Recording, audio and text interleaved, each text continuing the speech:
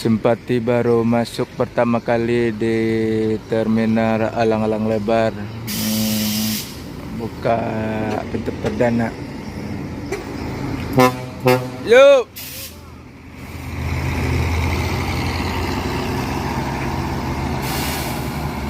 Deadbus 2 Scania.